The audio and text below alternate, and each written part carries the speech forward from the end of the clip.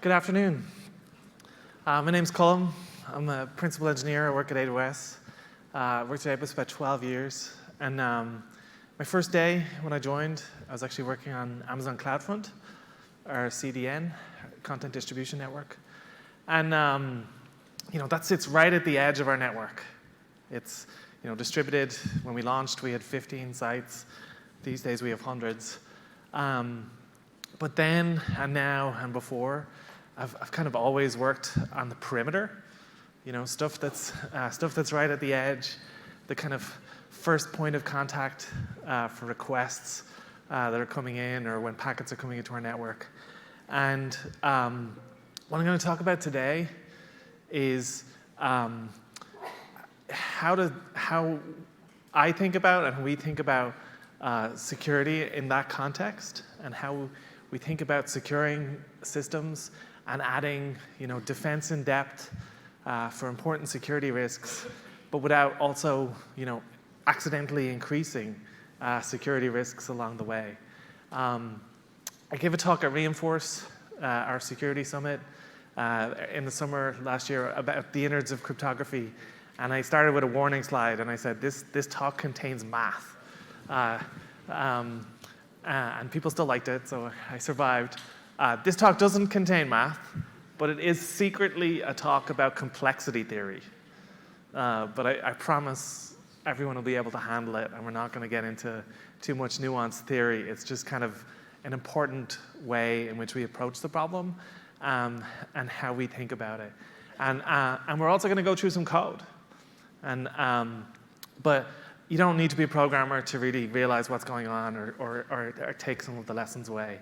So when you see those, don't get too scared.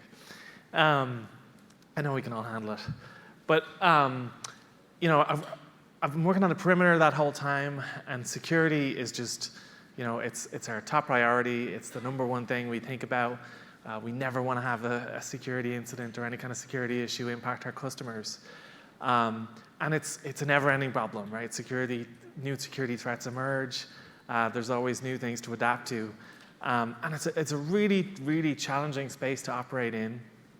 And I found that, I also work in cryptography, which is a very, very security-focused field. And I found that cryptography tends to be, in its kind of maturity of thinking, a few years ahead of the practices that show up later in the kind of general security field. And everything I'm going to talk about today, we've already been applying and kind of do in the field of cryptography. So just some examples of how those things tend to work. So the field of cryptography, it's just really hard. There's a lot of deep math involved. It attracts a certain kind of expert, people who are really, really focused on the deep details. And I would say, within the cryptography community, there's a lot of uncompromising black and white thinkers, right? And they would take that as a token of pride, and because of that, they focus on really rigorously, nailing security risks and really getting things down in very refined ways to really guaranteeing and convincing themselves that there's no potential issue there. And they're finding very scalable ways of doing that now we're applying to kind of the fields of network security or identity and access control, right?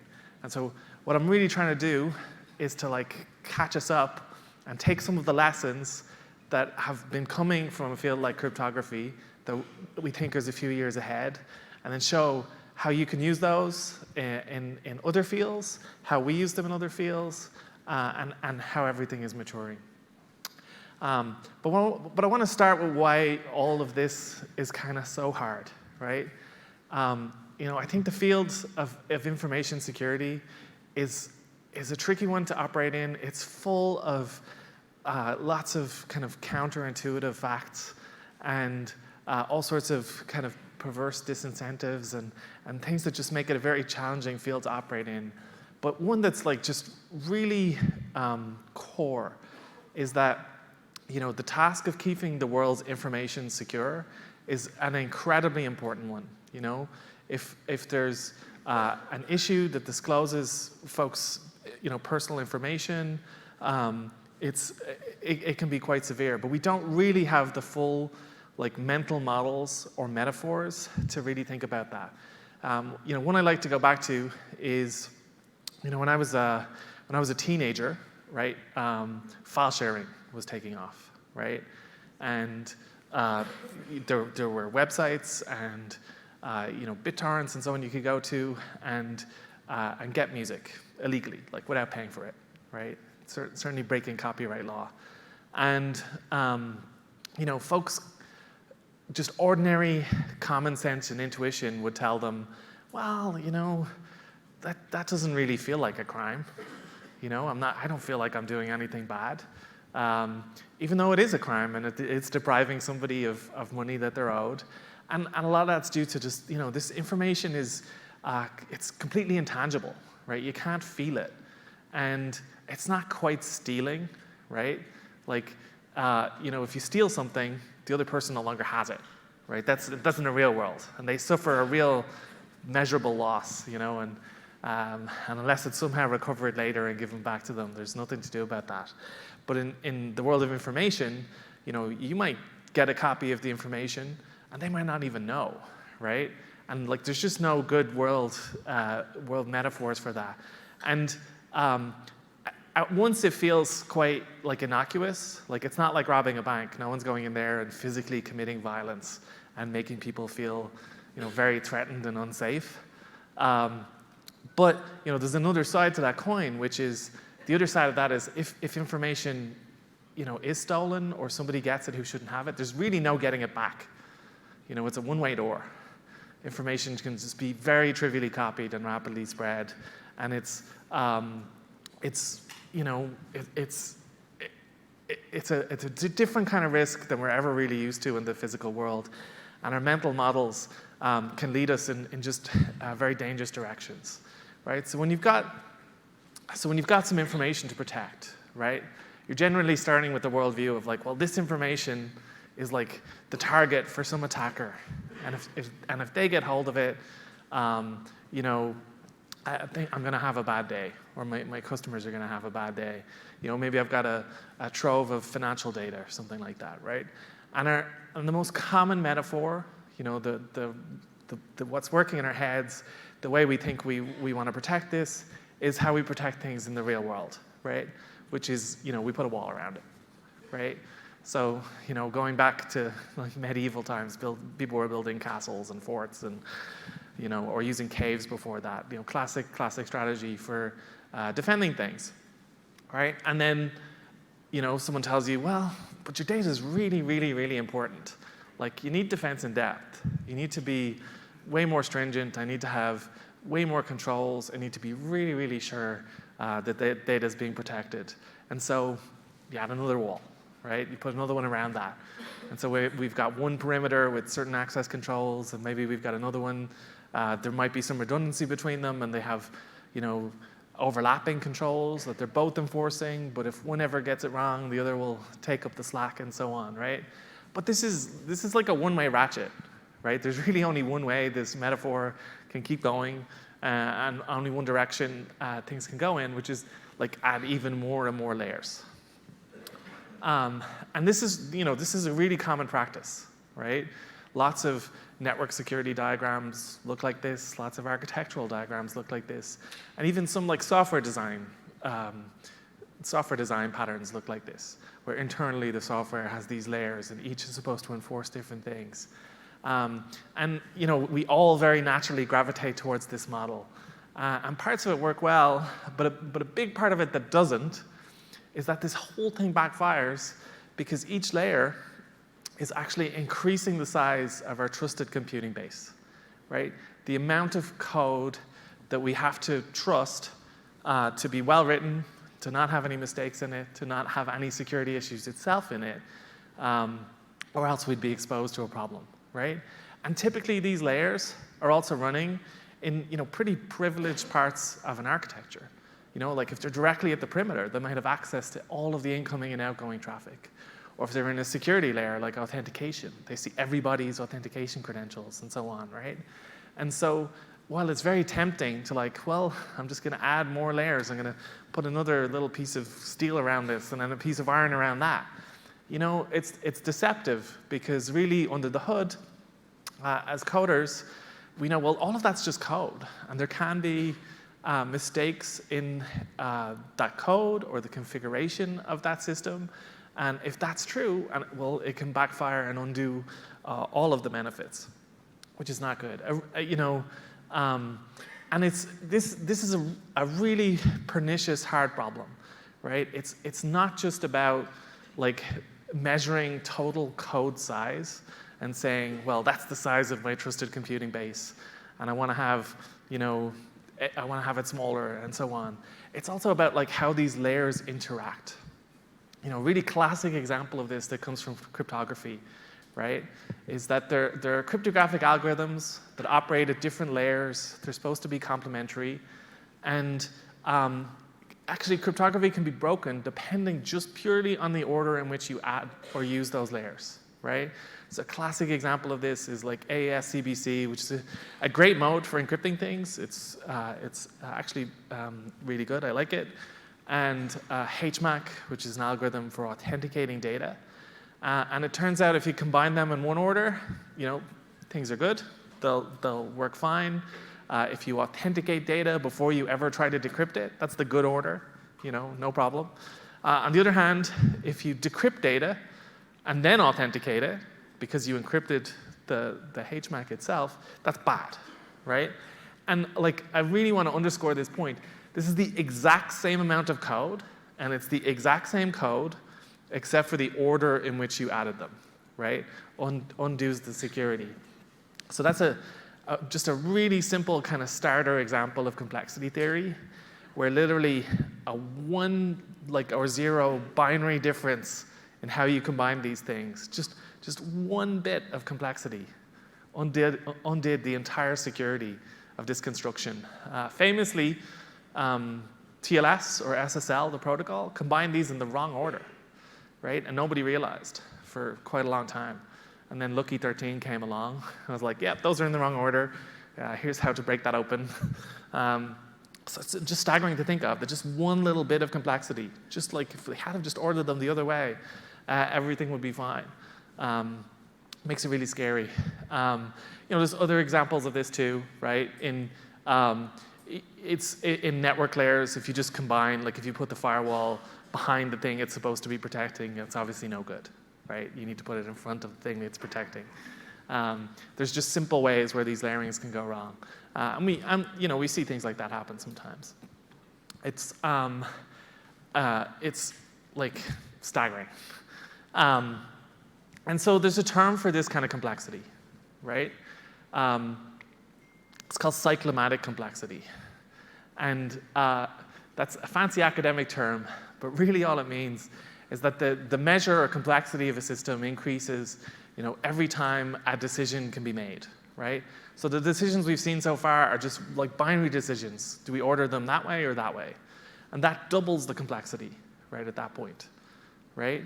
If you've got a more complicated branch where you've got several options, well, then it multiplies the complexity by that number of options, right?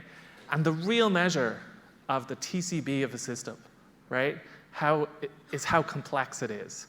How many different modes, how many different ways it can operate in. And that turns out to be really proportionate to security risk, right? Because the more and more modes you have, the more likely it is that you don't have full test coverage for all those modes, and you don't have full pen testing coverage for all those modes, and that some attacker somewhere will find that one of those modes does something it shouldn't, right, that was never accounted for, and this will undo the security of the system. Like typically, the cyclomatic complexity of the systems we operate in are staggeringly huge, like unbelievably huge numbers, because there's a lot of branches in the code itself, and there's a lot of configuration options that are exposed to administrators, and there's a lot of different ways things can be composed, right? So there's a lot of flexibility in these systems. In cryptography, you know, I'd say the last 10 years or so of really advanced cryptography engineering has been reducing the cyclomatic complexity of cryptography down as close as possible to a different measure of complexity that's called Kolmogorov complexity. And that's another fancy academic term.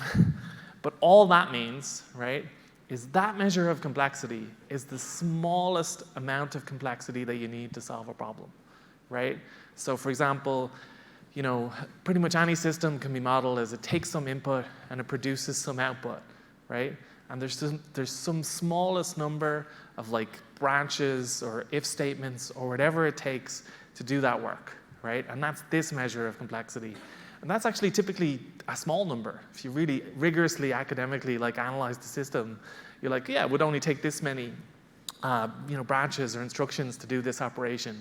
And actually an interesting field where you see this is when people are talking about quantum computing and post-quantum cryptography, they're telling you how many qubits it would take to factor an RSA key and so on. And they're doing this kind of analysis, right? And so modern cryptographic engineering performs this kind of analysis, and people are trying to design cryptography algorithms and security systems that have as few options as possible, have really no settings or bells and whistles, that just do something really, really well, and therefore reduce the amount of surface area of the code, right? And we all know it's really simple that bad code is bad and good code is good. That's a tautology. We all get that, but that just like tackling a security risk problem like that just doesn't scale, right? Just analyzing every single line of code and asking as many people as you know to do the same, and like, hey, if you spot any bad code, tell us. Everybody's already doing that. We have to have much more mature, scalable models that can tackle this. And by rooting our kind of problem space and complexity, and then coming up with solutions that can scale as ridiculously large as the complexity problem is itself, we can actually start to produce simpler architectures and make more rigorous statements about systems and add kinds of defenses in depth that don't add risk. And the first kind of simple approximation of this, like the first kind of high-level abstraction about all this, and one we're internalizing a lot at AWS and is core to our security systems, is that more code is worse than less code. If you can write something in a smaller amount of code, that's almost always better. And this isn't just backed up by research and complexity theory. It's also backed up by there's a lot of academic research that shows percentage bugs and security issues is just proportionate to the lines of code that are written, almost regardless of language, which is amazing. So if you can use abstractions and techniques that achieve more in fewer lines of code or more dense programming languages, it helps. One thing I like to say to remind everybody of this, and it's literally emblazoned on the back of my laptop as propaganda, is you don't ever want to do less well, you want to do less well, which sounds like a quote from The Office when you put it like that, but it's still I think it's very profound, and it's really true. Our job is to make our systems smaller, right?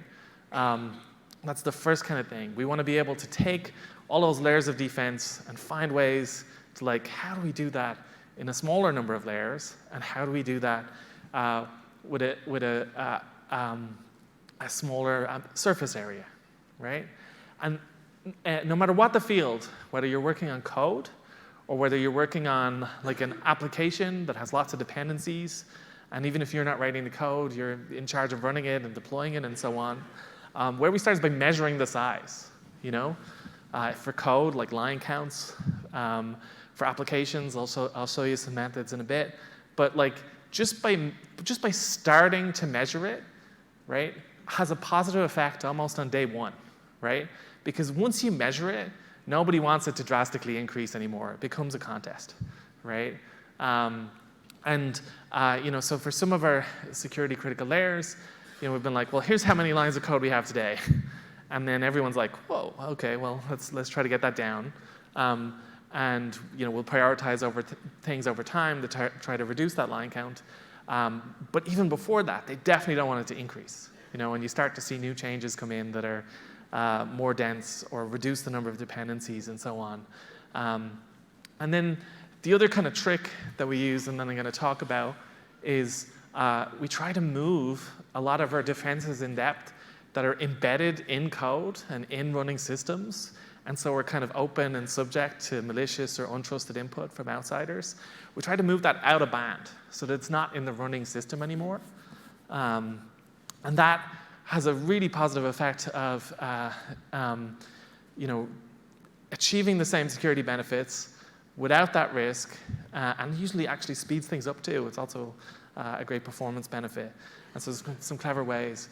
And then the last kind of technique that we use too is like, in general, like if you can't reduce the size of a system completely, we try to use, even internally managed services rather than increasing the amount of software that we just bake into our systems. Because managed services tend to have a different security profile because they tend to be owned and run, whether it's by a team at Amazon or a partner or anyone who's running a managed service. They just have a different risk profile because they're able to respond to threats in real time, and it's not just like code that's nascently sitting there. So as I said, we start by measuring the size of systems, right? Anytime you want to fix a problem, you got to start by measuring it. At least know where you are on day one. For applications that we're deploying, this has actually gotten easier in recent years because containers are a pretty neat encapsulation of like, well, here's effectively all of the libraries, everything that this application depends on, all like neatly bundled up into one literally container.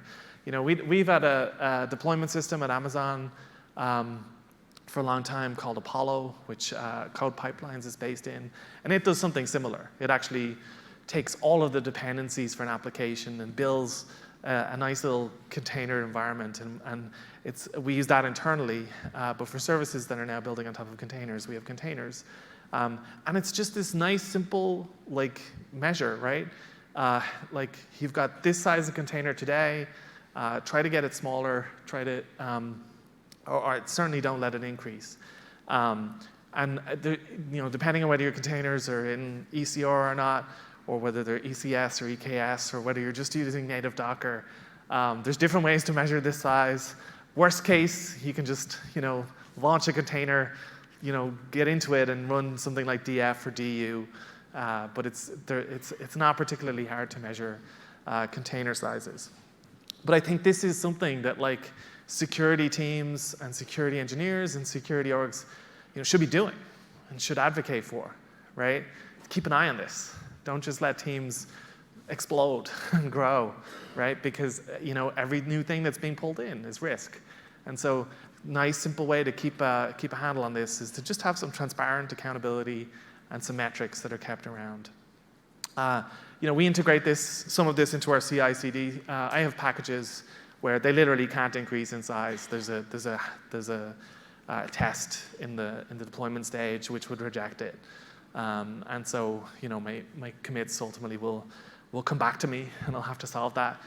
Interestingly enough, actually, the first places we were doing that are in the embedded devices and device arena, where if you can imagine, there's just only so much space on a Kindle, right?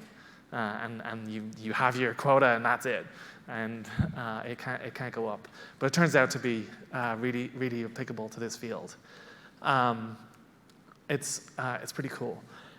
It's not just for software though, right? It's for entire network architectures and applications, right? Another measure of complexity is well, I've got my application in a VPC. Well, how big is that VPC or the subnet or wherever the unit is for that application? How many things are in it, right? Because the interconnectedness between those things is itself, a kind of complexity, and keeping a handle on that matters. Increasingly, more and more of our customers and Amazon itself, have adopted this model of trying to ring fence each application into its own VPC, and then using tools like Private Link to communicate between those VPCs. which you might think, well, it's the same number of things at the end of the day. It's the same number of EC2 instances or Dynamo tables or whatever still running, right? But actually organizing things that way, where everything's in its own little small bubble, and then you've got small connectivity between those bubbles, drastically reduces measurable complexity, right? It's this huge combinatorial reduction in the risk space. And so just asking folks, like, what's your plan to get down into smaller units if you can? Are there ways you can cellularize? And again, keeping some metrics and transparency and accountability on all of this really, really matters. It's pretty cool. So as I mentioned at the beginning, the place where a lot of this thinking, at least for me, comes from is cryptography. Because cryptography has been doing this for about, call it 10 years now. And similarly, when Spectre and Meltdown came along, right? Kernels and libraries like libc and so on suddenly had to worry about microarchitectural attacks, right? And had to have mechanisms to patch them, and had to make sure that there were no risks there and so on. Whereas, cryptography as a field had been thinking about, different kinds of microarchitectural attack, but still similar enough for quite a long time before that. Had been thinking, we have to find ways to make our code rigorously constant time, make sure that there's nothing measurable in memory access or CPU instructions and so on, right? And you can see now that the tools and techniques that have evolved for cryptography engineering are starting to get applied to like infrastructure engineering. So when we started our S2N project, that signal to noise, our open source implementation of TLS and SSL, we were motivated directly, by a security incident. Pretty much the main motivator for us building Heartbleed, or building S2N, was Heartbleed. We decided that we wanted to have full ownership of the stack and be able to stand over it at that point. If you don't remember Heartbleed, good for you. But Heartbleed was a very interesting issue, but also a relatively simple one, where it was actually so prominent that it has its own XKCD comic, which I encourage you to read the whole thing. It's pretty funny. But it was really simple. An attacker could send a special message, and that would cause the server to send back a response that included arbitrary memory. And that memory could contain, secrets, right? Not good, not what you want. And that happens pretty much right at the perimeter too, right? Like terminating SSL and TLS, that's like everybody's front end. And it's like really hard to defend against that. If you look at what was going on under the hood, right? This is the actual code in OpenSSL where the Heartbleed vulnerability was. And it was doing, this is C code. If you don't read C, don't worry, I'm about to explain it. But essentially it was using raw pointers to read memory, converting the raw pointer into an integer, and then reading from a buffer. And the mistake was that it wasn't checking that integer wasn't greater than the size of the buffer, or that the size of the buffer should be, right? Really, really simple. But the thing about this is, it looks simple. I've extracted the lines here. So if you read C, you can follow along. This was embedded in a single file, which was about 7,000 lines long, in a function which was 4,000 lines long, in a switch statement that was 3,000 lines long, and had several, I think, over 100 cases in that switch statement, and mixed. It was a mixture of, maintaining a state machine for the protocol and parsing messages, and all of this is just a fancy way of saying that the complexity of that file was just enormous. There is no one on earth, including the people who wrote it, who understood that file. Like, it just does not fit in anybody's head. It's just really, really hard. So when we started S2N, we were like directly motivated by this stuff. We're like, okay, we got to find ways to reduce complexity. Like we can't have code bases that just because they're doing hard things, like implementing cryptography, mean that they're hard to read, right?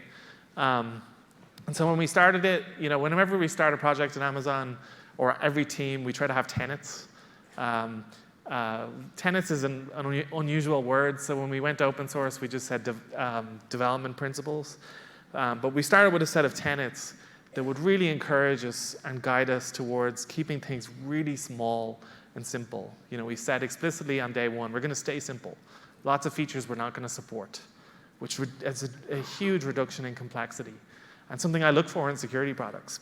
If I see a security product that's got a lot of whiz-bang features, like a lot of them, often that tells me, marketing are in charge, and they're just trying to hit every checkbox, and I start to feel risky about it.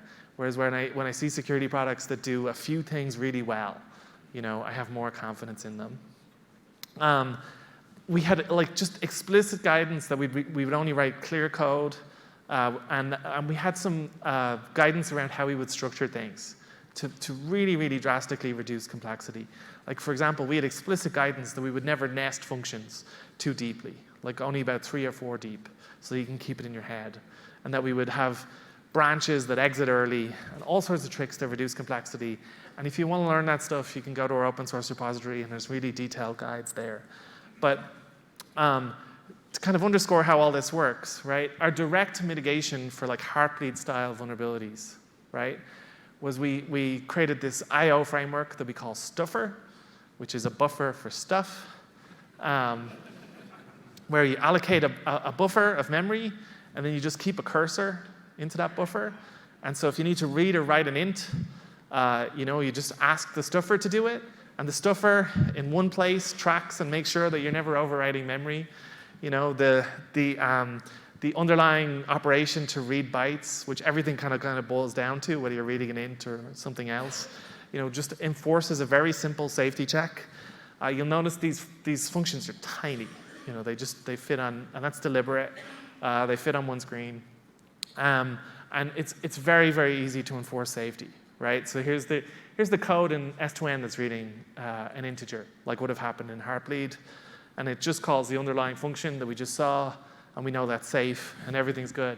This is all really easy to follow. You'll notice there's almost no branching. Things aren't going in different ways. We're really drastically reducing the amount of complexity in the system.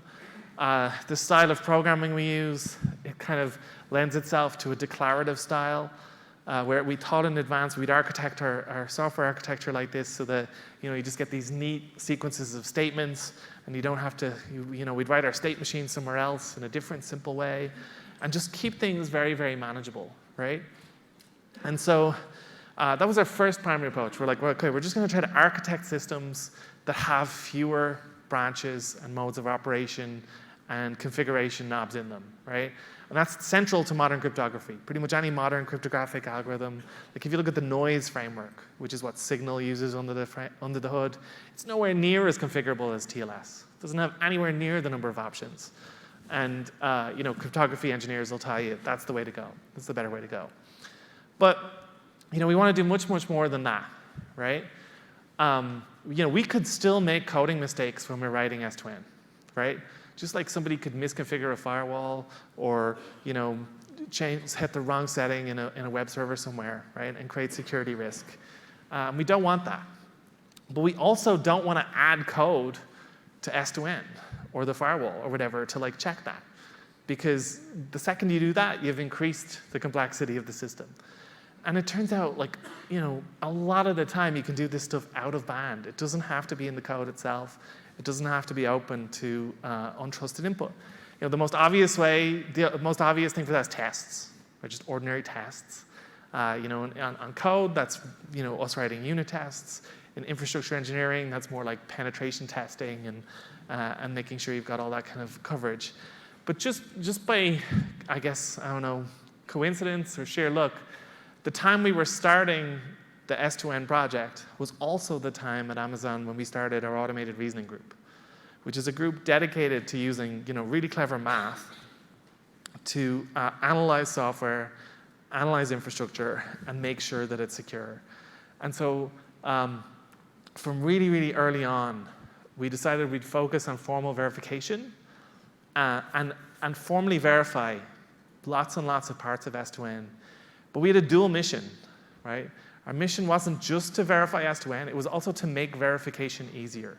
So every time we worked either internally with the ARG team or externally with vendors who would also help us on this stuff, doing formal verification, we would explicitly say, like, okay, yeah, we want to prove our stuff secure, but really what we want to do along the way is democratize this entire technique and make it more accessible to like mortals, right?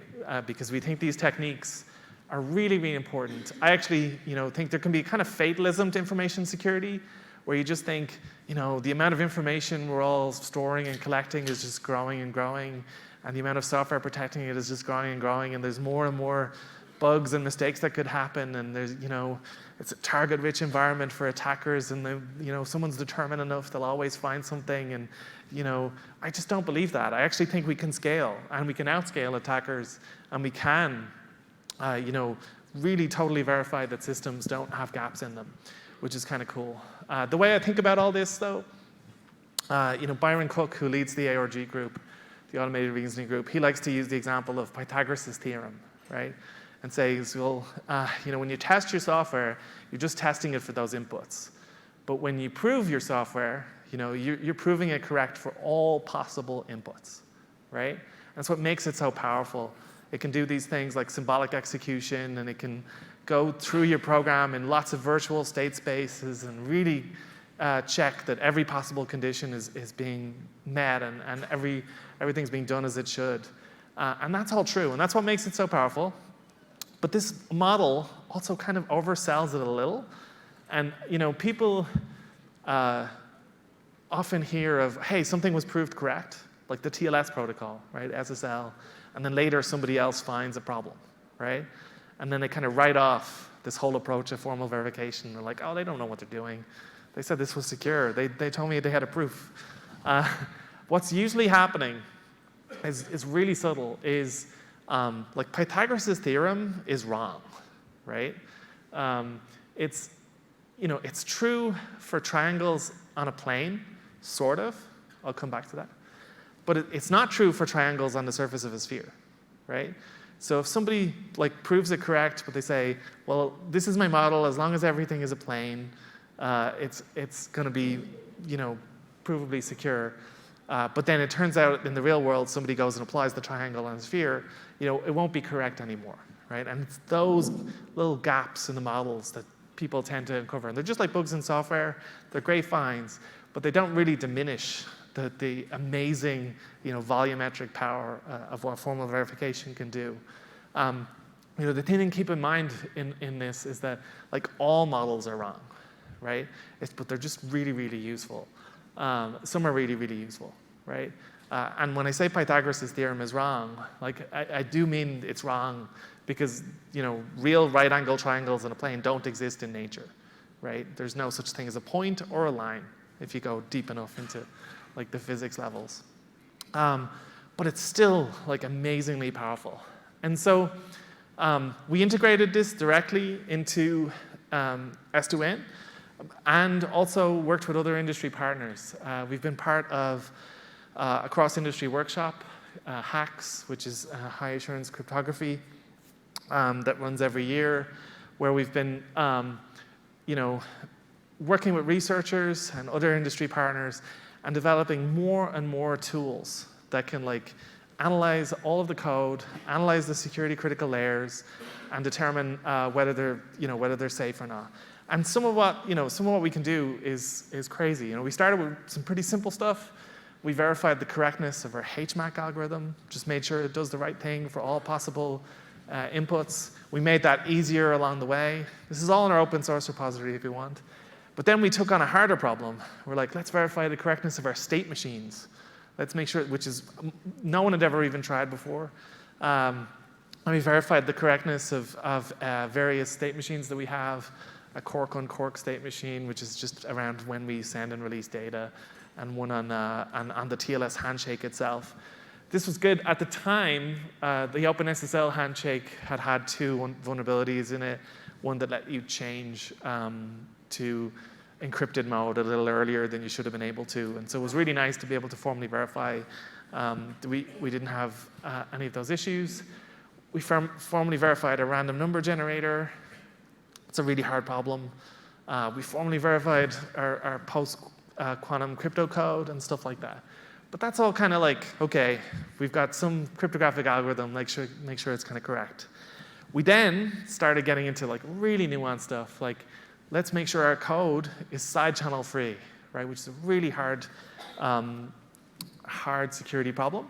So we built this tool internally called SideTrail, which effectively instruments the code and synthetically executes it for all possible inputs, and then measures any potential difference in execution, any different branches it might take, any different memory accesses it might make.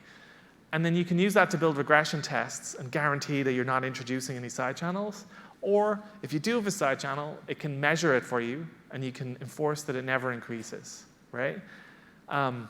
These are all really hard security guarantees, but we're doing them all out of band, right? None of this goes into the S2N code. This happens at commit time when we build things. It's part of our CI pipelines. None of this security ends up in the running code.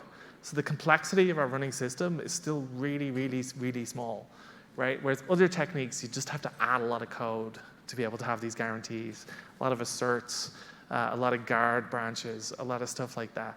We're working on more formal verification at the moment. We're working on some generated libraries that generate arithmetic code, and we're proving that those are correct.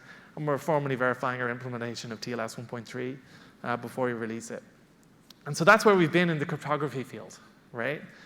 But these techniques, we can use them for infrastructure too, right? And we've got examples now where we're taking literally the same approaches, right? That we've been doing symbolic execution and SMT and all these ways of exploring gigantic, complex state spaces and guaranteeing that there's no weird edge conditions. So we've got, that was interesting. So we've got Amazon Macie, which can explore your policies and check that nothing could get in that shouldn't be able to get in. And then this week, we announced a service I'm really excited about, which is Identity or IAM Access Analyzer, where it is applying these same techniques, right? And if you think about what IAM Access Analyzer does, right? It looks at your IAM policies, and it's saying, wait, okay, well, it then synthetically produces all potential inputs, and then figures out, well, here's how many accounts could possibly have access to that thing, and here's what they are, right? That's not an easy problem. IAM policies are effectively a programming language, that it's got its own, programming language. I don't know if it's Turing complete or not, but you can certainly do branches. So it's a pretty complex thing to analyze, but it searches that space for all potential inputs, The other approach to this, right, previously would have been to add a new layer, right? Would have been to add some new layer that's either in front of or behind IAM, that's like just double checking, like enforcing some invariant, like whether a certain group has access to something they shouldn't. Whereas this thing can do all this analysis out of band, right? Without adding any actual code risk or taking any untrusted input. And we're applying these techniques in more and more places. More and more customers, I've been working with a few, are using log sources like CloudTrail and Flow logs to enforce security boundaries, right? Because they don't want more running code in the way for both security risk and performance reasons. So it's like, well, we're going to really tightly monitor everything and enforce invariance out of band there, and we're going to ensure that nothing is accessing anything it shouldn't, right? It's a fairly standard security technique for something like CloudTrail, but for something like Flow logs, right? Like the amount of clever little invariants that I've seen, I had. I spent some time last week investigating a customer issue who they had just built this nice little script to analyze their flow logs. And one of their invariants was, these boxes shouldn't be making any outbound connections at all, right? Simple invariant. It was just a sensitive part of their system. It shouldn't be doing anything. And they noticed pretty quickly, actually it is making outbound connections. What are those? And we dug in, and the first few were explained. It was actually the servers just getting to their local Yun server, so that makes sense. And then there was another round where it was NTP traffic. I was like, okay, that makes sense, and checking all these off. But it was amazing, just like this. It was like 10 lines of Python. Like, it was just these simple invariants produced this like just rich data set. And when I think of what it would take if we were doing that in the data plane, like, it would be way more lines of code, and it'd be risky because you'd be exposing it to attackers and all the untrusted input. We're trying to bake a lot of this stuff in, including using machine learning and the automated reasoning group stuff into tools like guard duty and detective, which I don't have a slide for because I didn't even know about until it was announced on stage. That's how things work around here. It's pretty cool. But it really helps us, like this approach, if you can kind of adapt your thinking to it or your orientation for security risk to thinking, not about these layers, but about, okay, I want to minimize the surface area. I want to minimize of even those layers. I want to reduce that complexity risk. It's a huge enabler. As I said, in places where you can't do this, right? If you do need to add layers to systems that are running, what we have found key, and the approach that we take, is we try to make those layers managed, right? Internally, we try not to add layers by saying, okay, we're going to import a library, or we're going to have this tool that does this stuff, and it's going to be in. We try to have a team responsible for that. Or if you're an AWS customer, you might use an AWS partner as a managed service to do that, or ourselves if we have a service for that. Because when it's running in that mode, it's not quite the same kind of risk. Because running managed services in general, they're keeping up to date with CVEs. They're keeping up to date with, they're finding these things they have to stand over a running system. It's not the same kind of lurking risk that you get if you've just added several hundred or several thousand lines to your code base. So that's our kind of preferred next best option. But if you take nothing away from like everything I've talked about today, I think the biggest thing to take away is to just, if you can, measure the size of systems, right? That's an important aspect of security risk. We've learned that the bigger they are, the more risk there is lurking. And if there's ways you can make that transparent in your organization and build a closed loop so that folks can reduce that size over time, it can pay dividends. We've been focusing on the size of our code base and our cryptography software. That's just been getting smaller and smaller. The team comes up with these great commits. They're like, I found a way to remove 50 lines by like adding this one function. And it's like, awesome, let's do it. We love those changes. Think about how you can move security out of band, how you can analyze data, not necessarily in line, because that's generally, just better. Hopefully I didn't scare you all with the complexity theory. Thanks again for coming. If you have questions for me, try to grab me out in the hall. It's probably going to be the best way after, because we've got to get some more people in here and fill the room again. Thank you very much for coming.